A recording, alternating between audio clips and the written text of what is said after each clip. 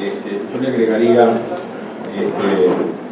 a la caracterización muy certera del proyecto que viene haciendo Maxi, un último dato, y para ponerle, digamos, una visión médica, se ha detectado que el 45% de los chicos nacidos en Fukushima tiene hipotiroidismo hereditario, y se ha detectado que un 18 a 25% de los chicos nacidos en Estados Unidos por la nubecita radioactiva de Fukushima también están haciendo con hipotiroidismo subclínico. Esto para ampliar la visión un poco más, porque la otra parte del modelo energético, del proyecto de energía que nos quieren imponer, es que ya se sabe lo del efecto invernadero, de los combustibles fósiles, entonces ahora también nos quieren hacer creer que la energía nuclear es la única fuente segura de energía para tantos habitantes en el futuro. Incluso han convencido a dos de los popes máximos del pensamiento ecologista mundial, como Lovelock, que lo dice abiertamente últimamente, y Stuart Brand, el creador del catálogo muy conocido que se llamaba el catálogo de la Tierra entera, el Polar Catalog, en los años 80. Bueno, mi agradecimiento a las autoridades acá del AMA y también mi reconocimiento a que se preocupen por este tema nuestros amigos de la asociación de Asociación de Antropología Médica, porque si hablamos de ecología tenemos que hablar de historia, y si hablamos de historia tenemos que hablar de antropología, y como el ser humano es un alterador de ecosistemas desde muy antaño, la ecología tiene que ir sí o sí de la mano de la historia. Entonces, como a mí me toca hablar de la comida chatarra y de la comida con soja, voy a hacer un poco de historia para deleite de los antropólogos. Y esa historia empieza de la mano de esto que decía: somos los primeros alteradores de ecosistemas. Quiere decir, cuando éramos recolectores y cazadores también alterábamos ecosistemas, ¿no? Lo que pasa es que los alterábamos un poco más concienzudamente sobre los efectos de nuestra alteración sobre el medio ambiente. Paradójicamente parece que teníamos más conocimiento ecológico en la edad de piedra que ahora, porque por ejemplo grupos indígenas del Amazonas, que son prehistóricos, porque tienen una evolución prehistórica, hasta el día de hoy siguen alterando el Amazonas en forma controlada, y plantando especies que atraigan el tipo de presas de los cuales se alimentan, y tratando de restaurar, y no se quedan en el mismo lugar mucho tiempo porque saben que ahí sí lo destruyen, lo fulminan del todo el lugar, y entonces lo hacen con ese conocimiento y ese enmarañamiento con la naturaleza, ¿no? Lo cierto es que haciendo justamente este lazo y esta vinculación a todo el cúmulo de datos alarmantes sobre este consumo sin precedentes de derivados de la soja en la dieta humana, me junté con un dato muy importante que yo no tenía y que creo que hace al origen común de todos los problemas juntos a nivel complejo y sistémico: al problema de la guerra, al problema del poder, del imperialismo, al problema de la concentración de poder en tan pocas manos, al problema de la enfermedad, y es el dato de que resulta ser de que nosotros creemos que domesticamos a los cereales anuales, o a los granos, o a los porotos anuales. Nosotros creemos que de las 4.000 especies vegetales que consumen los humanos, siendo unas 20 las que han sido convertidas en commodities internacionales, nosotros creemos que los domesticamos, y en realidad fuimos domesticados por ellas, por estas especies. Porque, tal parece, las plantas, por ejemplo, llevan millones de años jugando con la química, con su propia química, para tratar de ganar sus batallas. Créase o no, entre los vegetales hay diferentes tamaños, envergaduras. Entonces, tal parece que las plantas se ganaron la grande en la lotería cósmica, cuando todos saben que la soja tiene fitoestrógenos, con lo cual controlaba a los predadores, esterilizando a los machos. Todos saben que muchas especies de alces le dan a la roca hasta que logran llegar al musguito, que tiene una triptamina. O sea, todos saben que el centeno fue muy venerado durante miles de años, porque el cornezuelo del centeno inducía un estado alterado de conciencia. Ahora, el dato que a mí me faltaba, es que los cereales y los granos, los principales impulsores de la agricultura extensiva en el planeta hace 12.000 años, que vienen de los 5 o 6 continentes básicos, como decir, no sé, el girasol desde Oriente, el maíz de Mesoamérica, la papa del altiplano sudamericano, etcétera, etcétera, el sorgo, el trigo, sintetizaron hace un par de decenas de miles de años unas sustancias muy interesantes que se llaman exorfinas. Las exorfinas son sustancias de la planta que simulan ser la morfina y se unen a unos receptores muy bonitos que tenemos los humanos en el sistema nervioso, que producen euforia, su estimulación, y producen analgesia, que son los receptores endorfínicos para las propias sustancias parecidas a la morfina que deriva de la amapola que tenemos nosotros adentro. Yo atribuyo gran parte de los males de la humanidad hoy en día, ahora tras haber conocido las exorfinas, a un problema de adicción, por el cual el planeta entero tendría que ir a la clínica de adicciones, como Maradona. Yo creo que estamos adictos a las exorfinas de los granos. ¿Alguna vez vieron a alguien darse un atracón con bife de chorizo? Yo creo que los atracones son con hidrato de carbono, con galletitas, con panqueque, dulce de leche, crema. Los lácteos de la vaca y de la cabra y de los otros animales en el planeta que brindan lácteos al humano también tienen endorfinas propias y adquiridas por los granos que comen últimamente desde que se les da granos y cereales, porque, no sé, creo que también es conocimiento común de que la vaca come pasto, es una pasteadora, así como hay otros animales que son ramoneadores y que comen las hojitas de los árboles como las cabras. Entonces, tenemos estas endorfinas en las que nos demuestran que nosotros no domesticamos a la vaca, porque vacas existen hace 2 millones de años que existen vacas. El antecesor prehistórico de la vaca se llamaba Uro. Entonces, desde este punto de vista, ¿nosotros domesticamos a la vaca o nosotros somos la obra de arte a través de los milenios de la vaca? Porque la vaca nos proveyó de grasas y proteínas de primera calidad, que nos permitió achicar el aparato digestivo y agrandar la corteza cerebral. Ya no tenemos que comer tanto volumen para extraer del medio proteínas y grasas de buena calidad.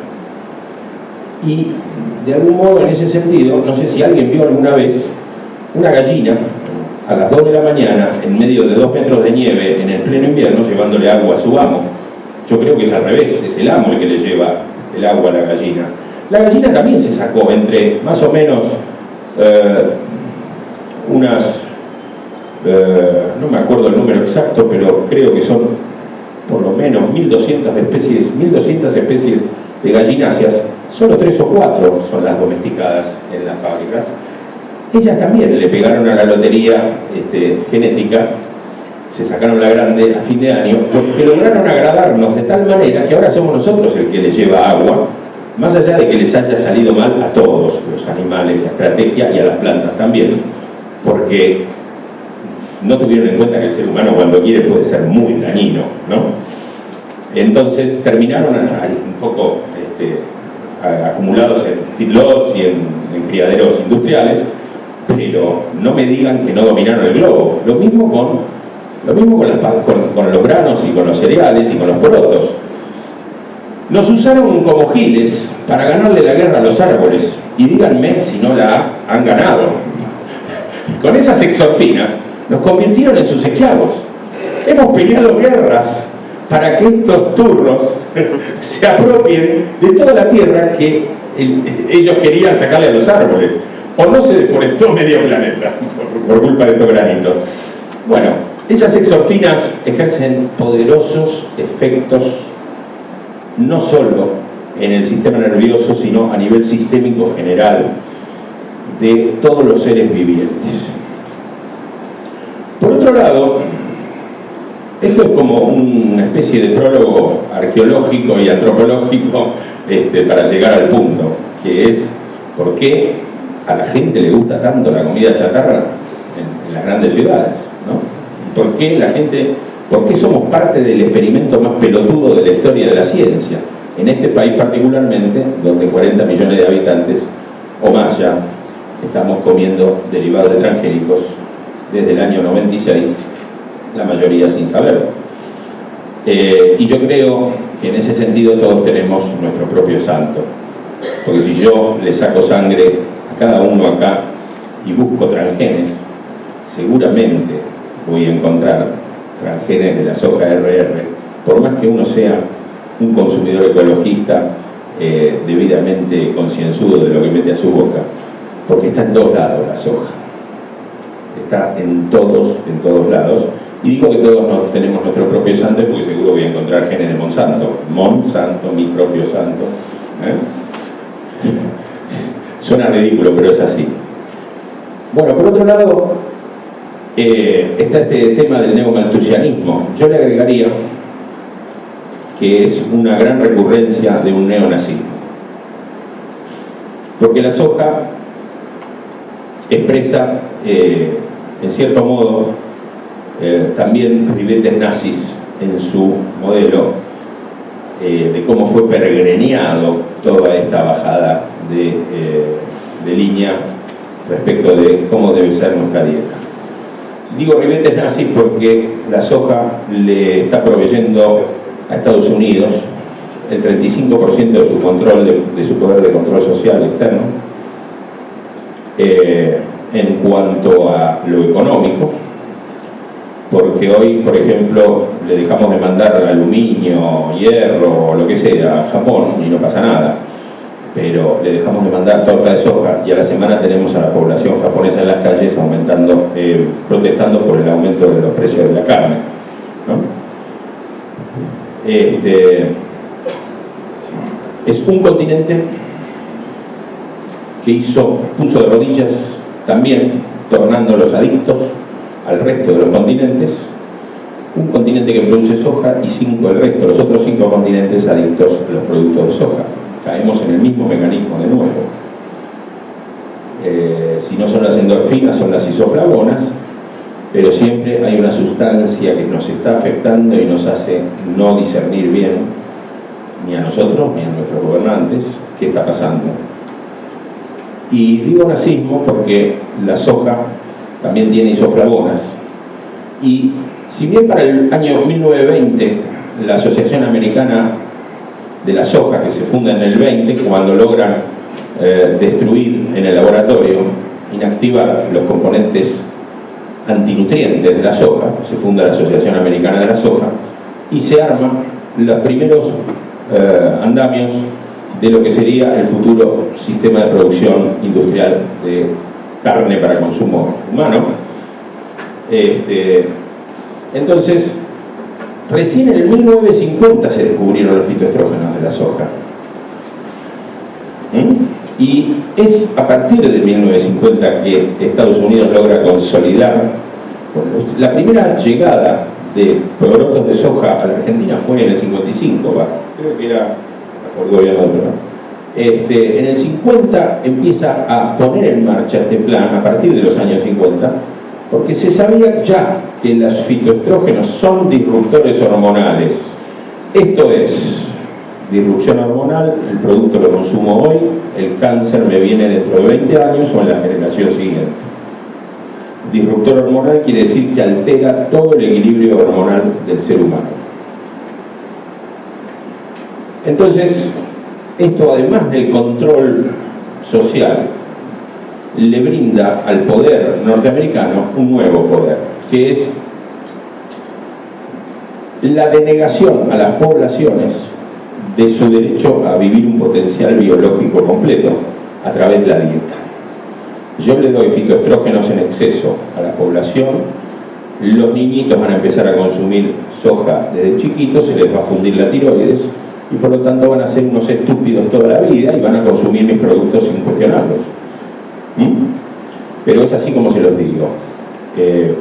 Tarde piaste Juan cuando en la famosa mesa de nutrición que armó Chicho Dualde se logró avisar a la población de que no le den soja a niños menores de 2 años y que los mayores de 2 años hasta los 6 se lo dé con mucho recaudo, porque ya tenemos toda una generación de argentinitos con la tiroides licuada, y fíjense que no es por culpa de la energía nuclear, como dije al principio. Por otro lado, más licuada la tienen los chicos la tiroides por el famoso Hades.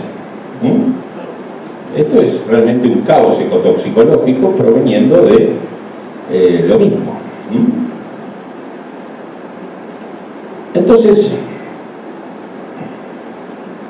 creo que hasta acá, por lo menos, hice un poco de antecedentes históricos. La soja, como los cereales, dominan el mundo. No hay solamente un poroto que dominó el planeta entero.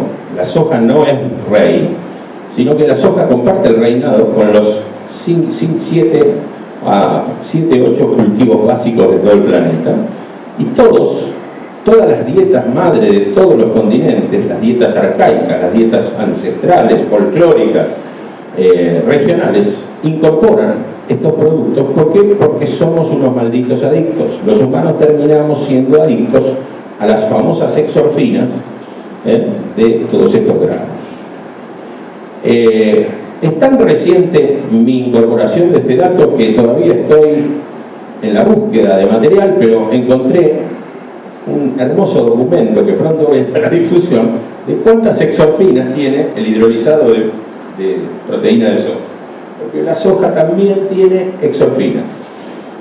Así que también estamos consumiendo el brillante poroto por esa razón.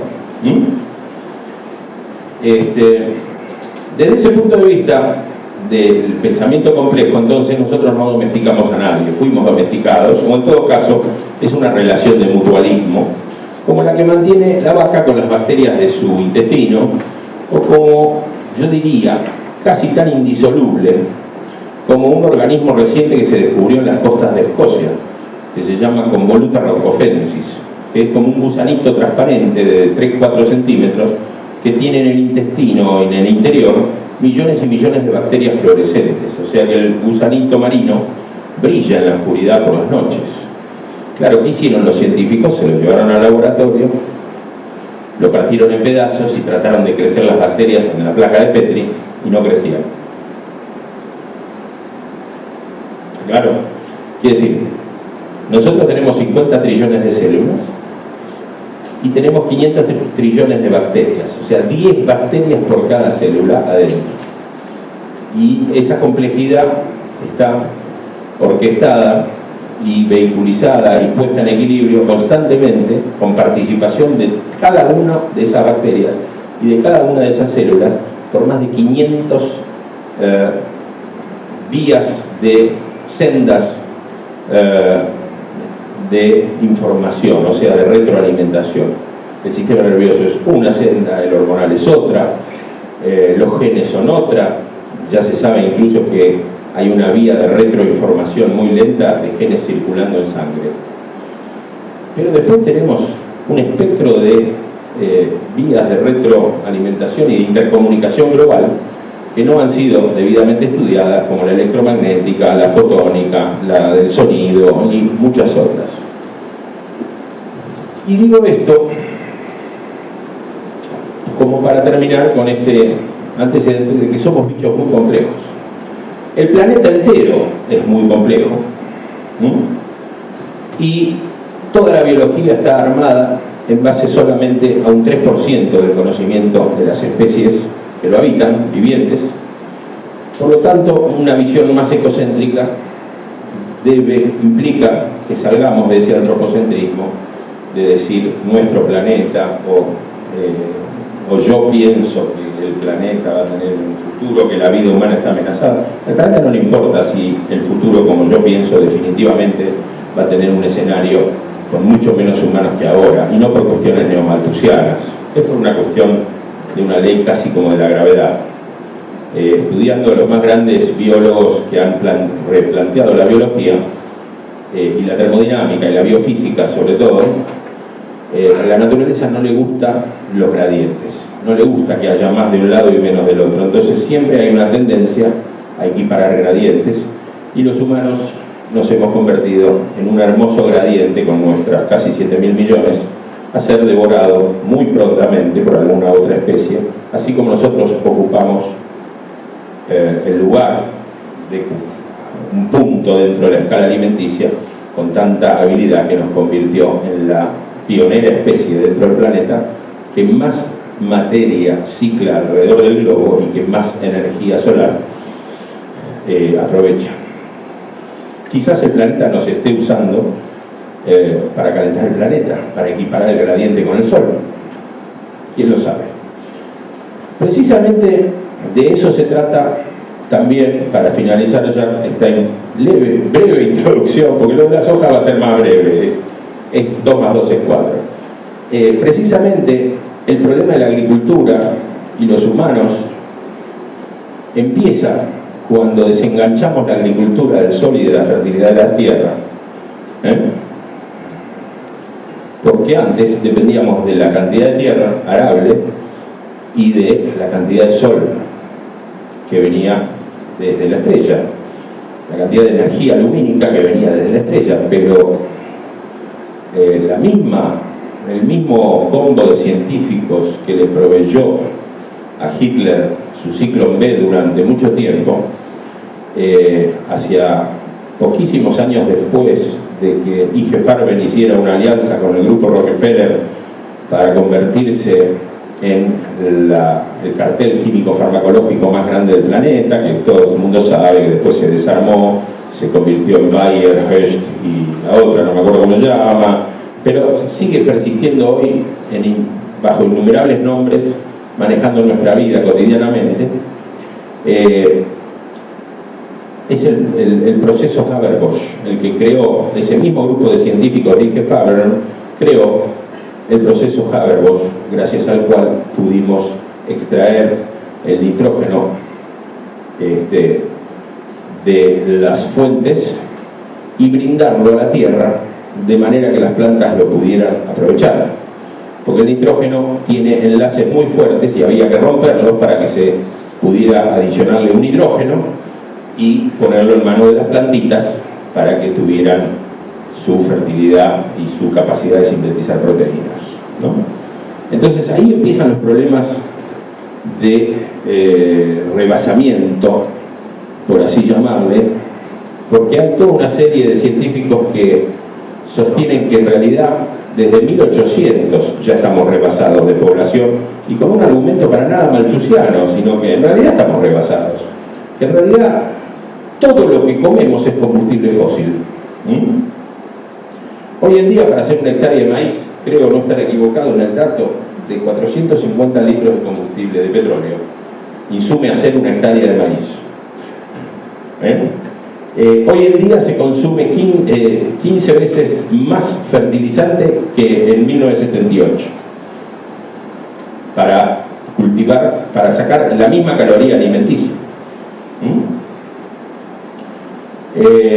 Entonces, el problema de la agricultura era lógico que se llegase con el maíz a hacer este gran quilombo internacional de dominación, porque en realidad esto empieza hace 12.000 años con la agricultura.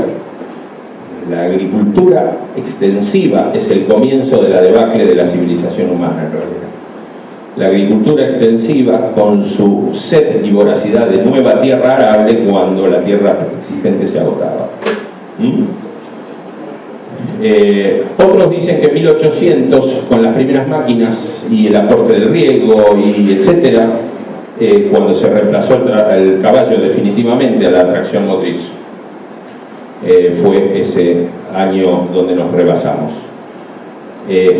Así que dentro de todo esto es lógico que nadie sepa en la ciudad de dónde viene el alimento, nadie se cuestione, pero hoy en día cuando llenamos un carrito con soja, con alimentos del supermercado, el 70% tiene soja. Los efectos del consumo de soja y de soja transgénica, yo los voy a resumir. Primero están las isoflavonas, que son disruptoras hormonales. En segundo lugar, podríamos decir que son cancerígenas, por esta disrupción hormonal pueden promover todo tipo de cánceres. Básicamente diría que de la soja lo importante son las isoflavonas. No existe producto de soja prácticamente que no maximice en su industrialización la concentración de isoflavonas.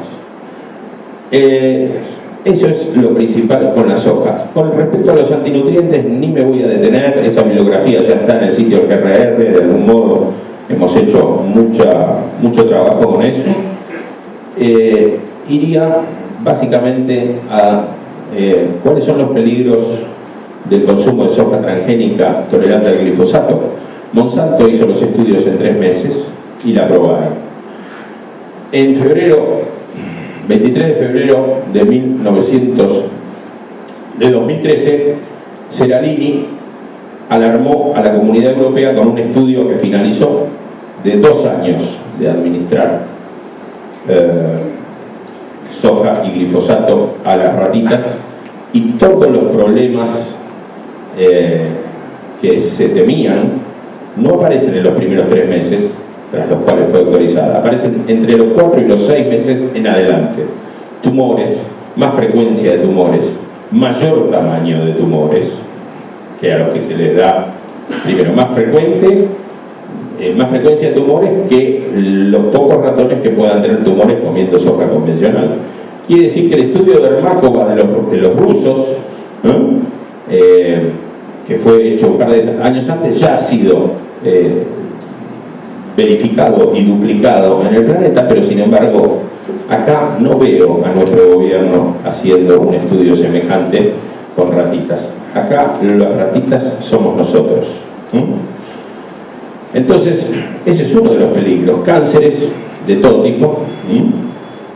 Hay neurotoxicidad vehiculizada, no solo por las isoflavonas, sino también por la presencia del famoso glifosato, cuyos residuos en el puerto se autorizaron a ser 200 veces mayores cuando se aprobó en el 96 la soja, el consumo masivo de soja.